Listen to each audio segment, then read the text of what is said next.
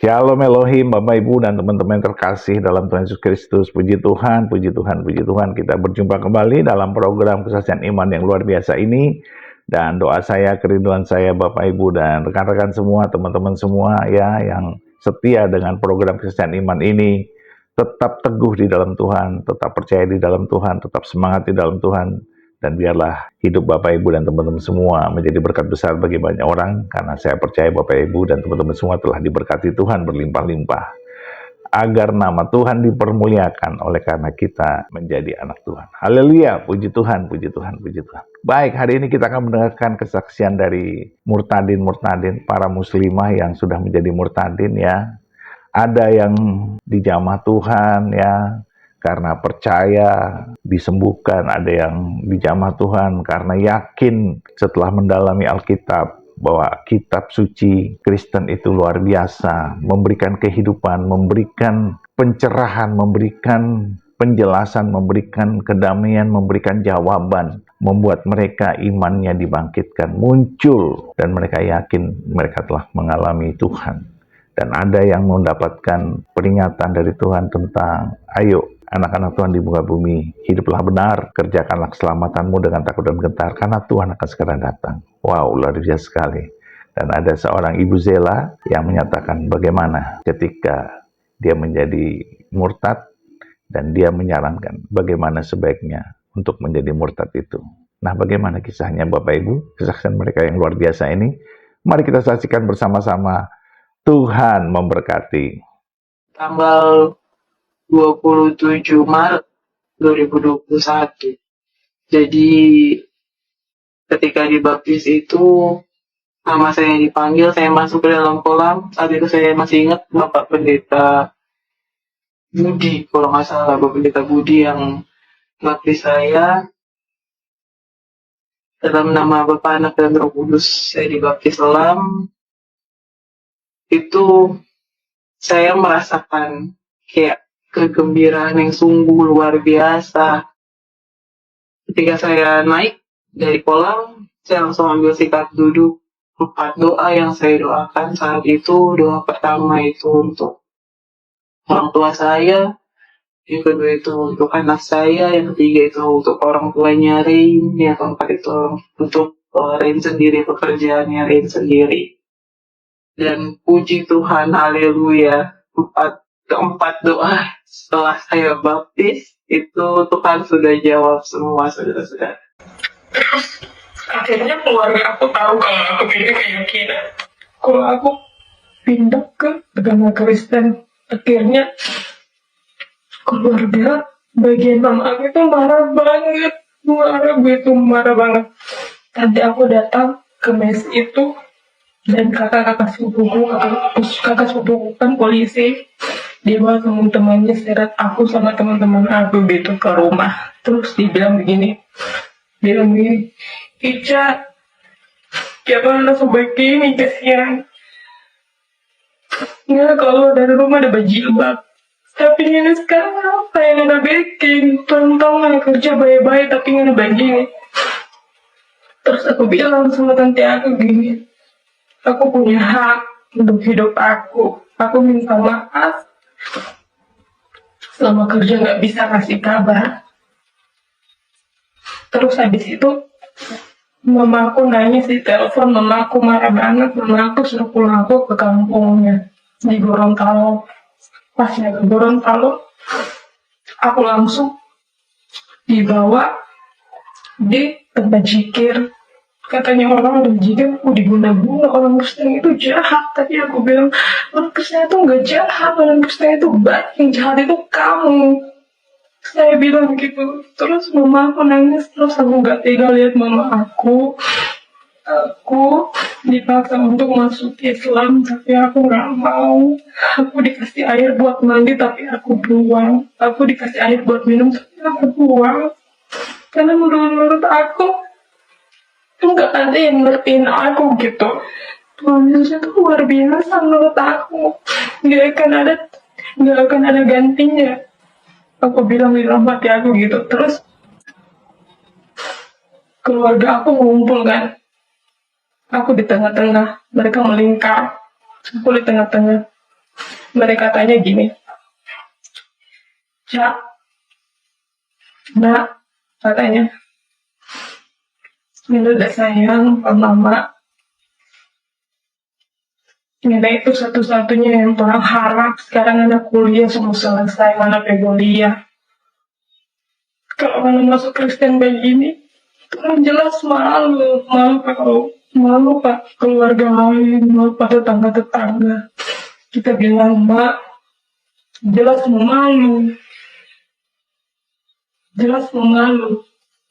Karena ikut Yesus itu memang begitu. Kita sudah bilang, tapi dia tidak mengerti dengan apa yang kita bilang. Jadi, terus aku bilang gini,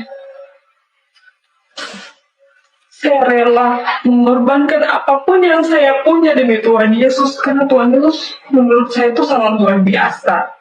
Dan mama saya kasih pilihan, keluarga saya kasih pilihan, nak. Kasih pilihan gini. Mana pilih? Mau lanjut ngadapi kuliah atau mau tetap menghadapi pendirian sekarang, yaitu tetap ada agama yang sekarang yang Kristen. Saya langsung terpoin, langsung saya spontan bilang, saya akan tinggalkan segala apa yang saya punya, kuliah saya biarpun tidak terlanjut. It's okay. Saya akan tetap ikut Tuhan Yesus saya. Tapi mama saya bilang gini, lebih baik Nana jadi gila daripada Nana harus masuk Kristen.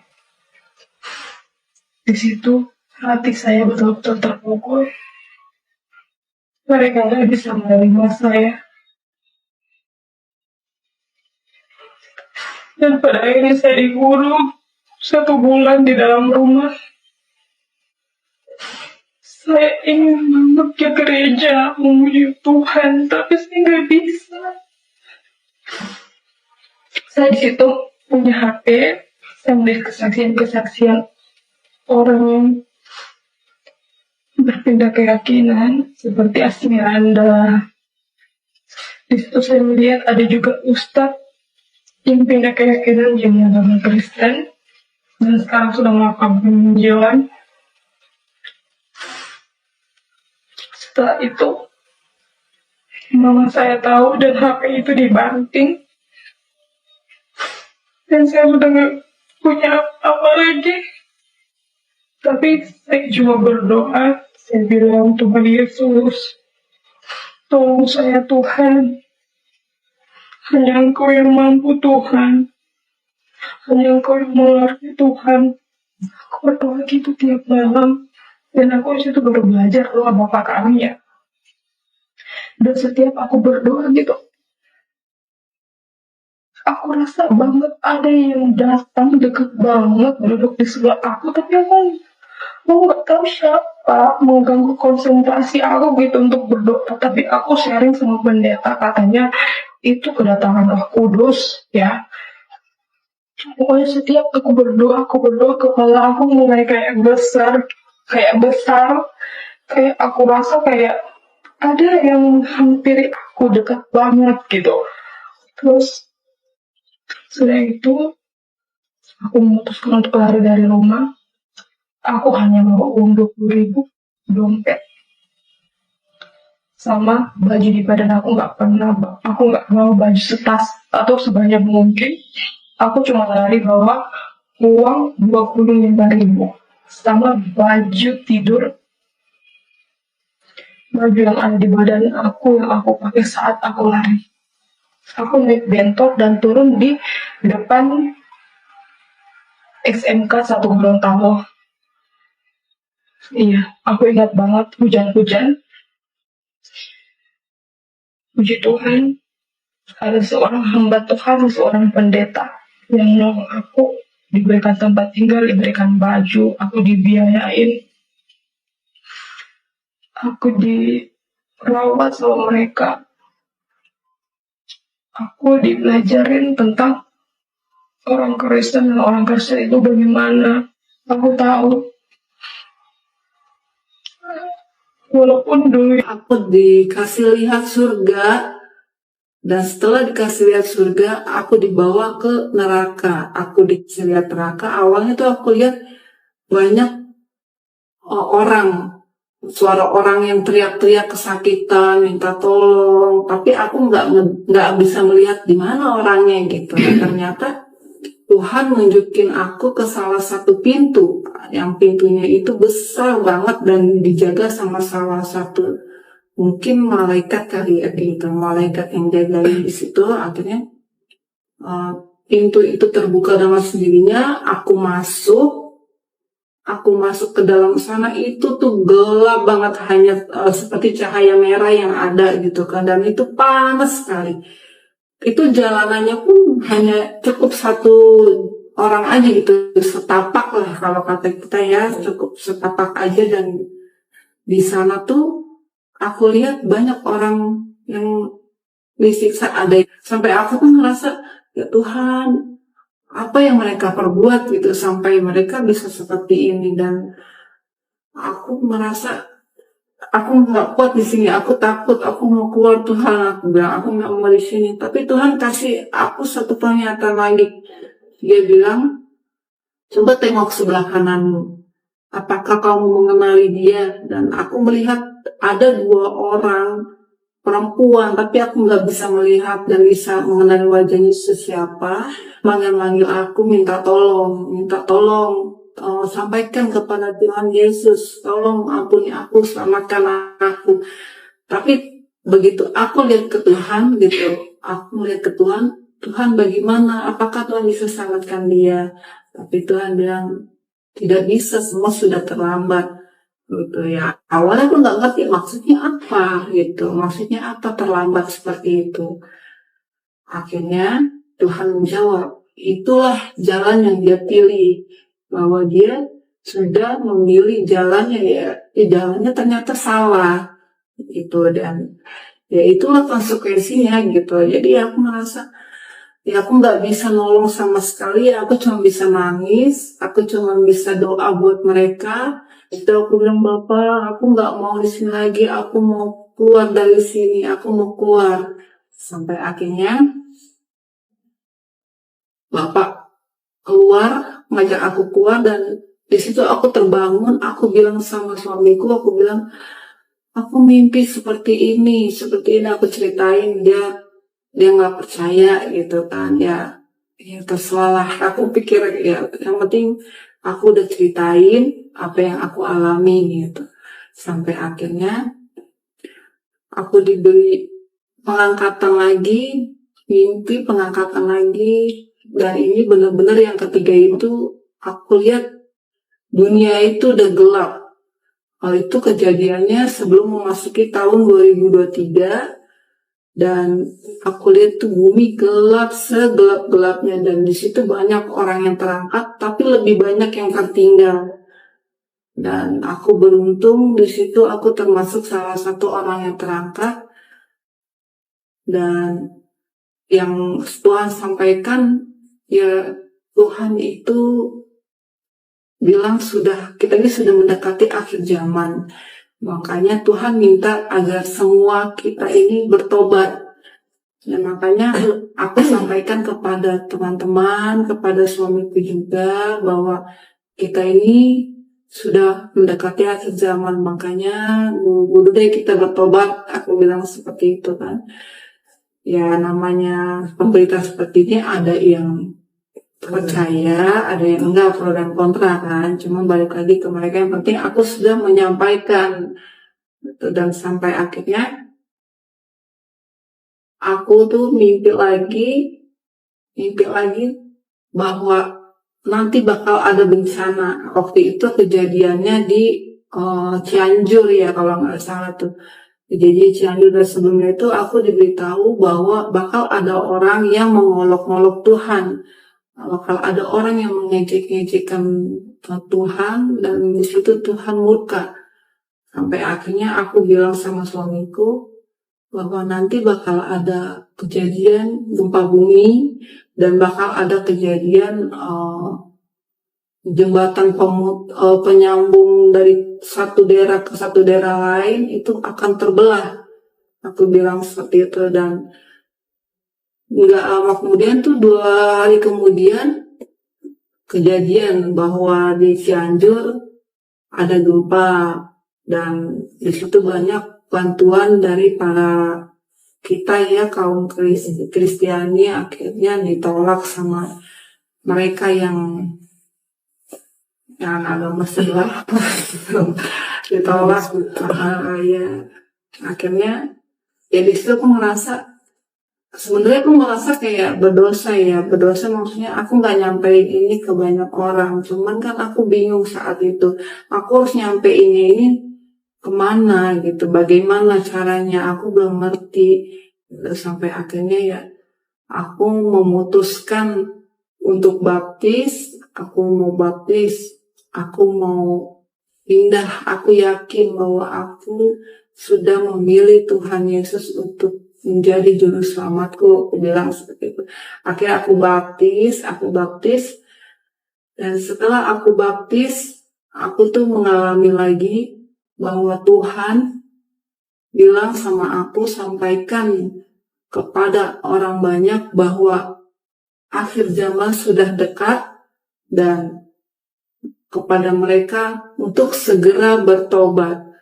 Dan bagi kalian, jangan malu untuk memakai kalung salib di leher kalian, karena itulah Tuhan yang mau. Tuhan pun minta sama aku seperti itu.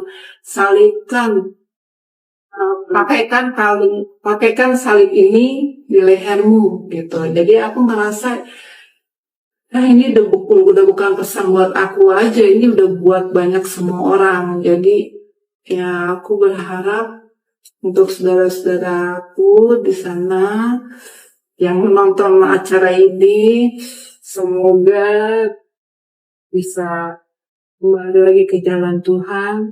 Saya mau banget kakak dibaptis, tapi bingung kak mau jujur ke keluarga soal saya mau pindah keyakinan. Gimana ya? Ini aku nggak mau kasih solusi atau apa, tapi aku mau sharing aja ya, boleh ya?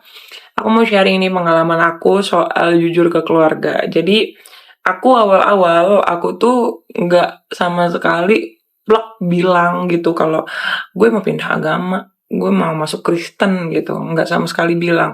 Walaupun aku sudah beberapa kali share gitu kalau aku nyanyi lagu rohani, aku dengar lagu rohani, aku dengar khotbah eh, eh, rohani gitu di YouTube ya kan. Kakakku tuh beberapa kali tuh suka nanya gitu, kok lu sekarang denger lagu rohani sih? Kok lu suka nge-share rohani gitu sih gitu? Lu mau pindah Kristen ya? Dan aku waktu itu masih menyangkal gitu loh, masih yang kayak apaan sih orang suka doang? Apaan sih kan kata-katanya bagus? Apaan sih itu kan eh, nggak harus orang Kristen aja yang denger gitu loh khotbah itu gitu loh. Orang ini kok khotbahnya bagus, aku gituin aja. Terus aku dulu beli pernak-pernik pohon Natal kecil, mungkin kalian tahu ya. Itu pun ditanya, kok lu makin kesini makin kayak gini sih? Lu ini kenapa? Kata kakakku. Kok beli-beli pohon Natal gitu? Aku cuma bilang, apaan sih orang suka kan lucu. Terus aku bilangnya gini, gue tuh pengen jualan gitu kan, udah mau Natal nih gue pengen jualan, jadi gue pengen promosiin dan gitu. Kirain kata kakakku kan. Tapi ternyata pas ganti tahun semua berubah gitu loh. Semua berubah, terlebih abis Jumat Agung aku ngerasa kayak gue nggak bisa sembunyiin ini semua gitu. Tapi ya itu, jadi kan udah ada kode-kode di awal, jadi mungkin nggak terlalu kaget ya gitu. Tapi sebelum aku bener-bener ngebuka diri, ya aku bener-bener ngebentuk diri dulu. Nih gue yang baru nih, udah lebih baik nih dari yang dulu nih gitu loh. Jadi kayak apa ya, perubahan yang baik itu bisa kita jadikan apa ya, kalau aku saat itu perubahanku yang lebih baik aku jadikan itu alasan kenapa aku pilih Yesus gitu. Jadi kamu jangan bingung-bingung. Fokus ke diri kita aja dulu, biar kita bisa ngehadapin apapun nanti, rintangan, hujatan, segala macam hal yang nggak enak itu di depan. Tetap semangat ya, God bless you. Puji Tuhan, puji Tuhan, puji Tuhan, kesaksian yang luar biasa dari para murtadin, dan kita selalu merindukan jamahan Tuhan terjadi bagi para mereka yang mencari Tuhan, yang merindukan Tuhan, yang ingin diselamatkan, yang hidupnya kosong, jiwanya hancur, hatinya remuk, karena Tuhan selalu datang kepada mereka yang haus dan lapar akan Tuhan, yang membutuhkan Tuhan, mengalami kasih Tuhan, yang membutuhkan keselamatan di dalam Tuhan. Tetaplah setia Bapak Ibu dan teruslah bersemangat. Jadilah saksi, jadilah berkat, jadilah pendoa, jadilah pensafaat jiwa-jiwa yang terhilang supaya mereka diselamatkan. Tuhan beserta kita sekarang dan sampai selama-lamanya, dan Tuhan pasti memberkati kita sampai Tuhan datang kembali dan kita menjadi orang-orang yang terberkati. Haleluya, haleluya, haleluya. Amin, amin, amin. Dalam nama Tuhan Yesus. Amin, amin, amin, amin.